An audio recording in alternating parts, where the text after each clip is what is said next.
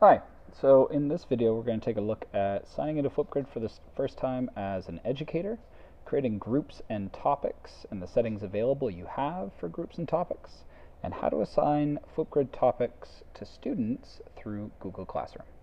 Let's get started. So first thing you're going to do on Google is you're going to go ahead and type in FlipGrid, and you're going to select the first link up at the top. You're going to be prompted with this page. You can click Educator Sign Up, sign in or sign up with Google, and just go ahead and use the account that you have your classroom attached to.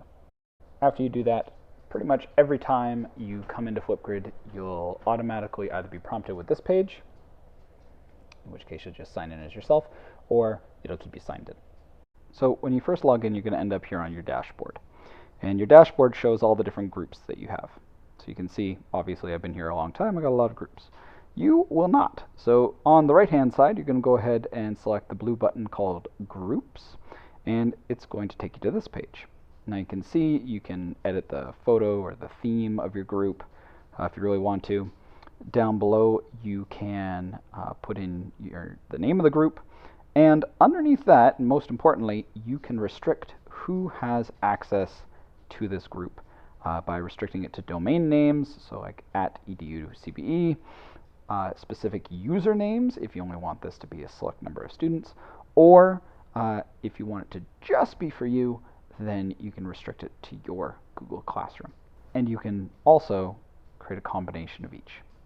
Once you've done that, you can pop up to Settings, and this is where you can either hide, so have an active or a hidden group, and you can change your notification status. So if you don't want to be notified every single time a student posts a video, you can select Never.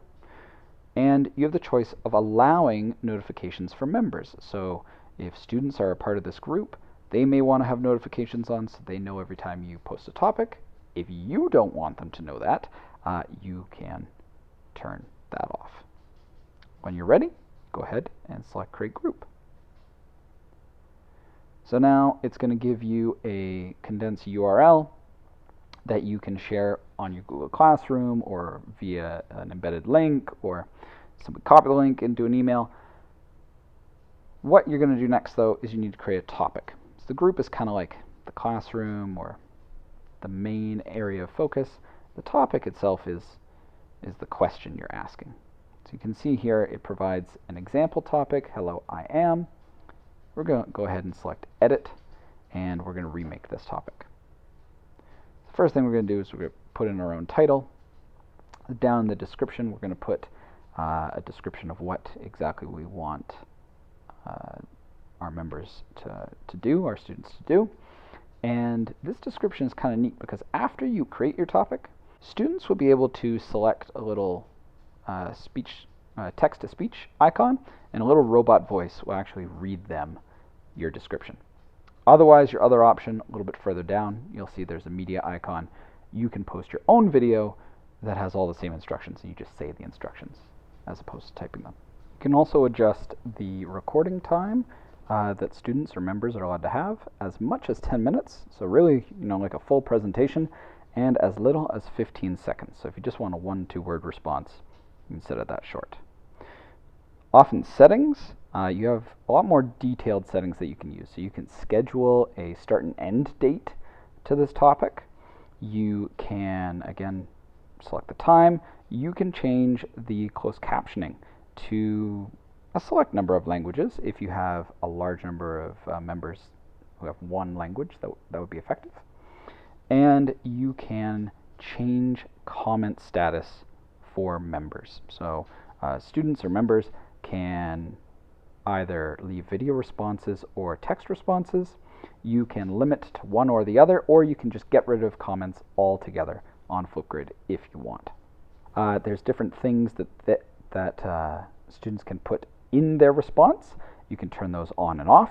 And last but not least, you can limit the function of their cameras. So things like sticky notes and that sort of stuff, you can turn on and off.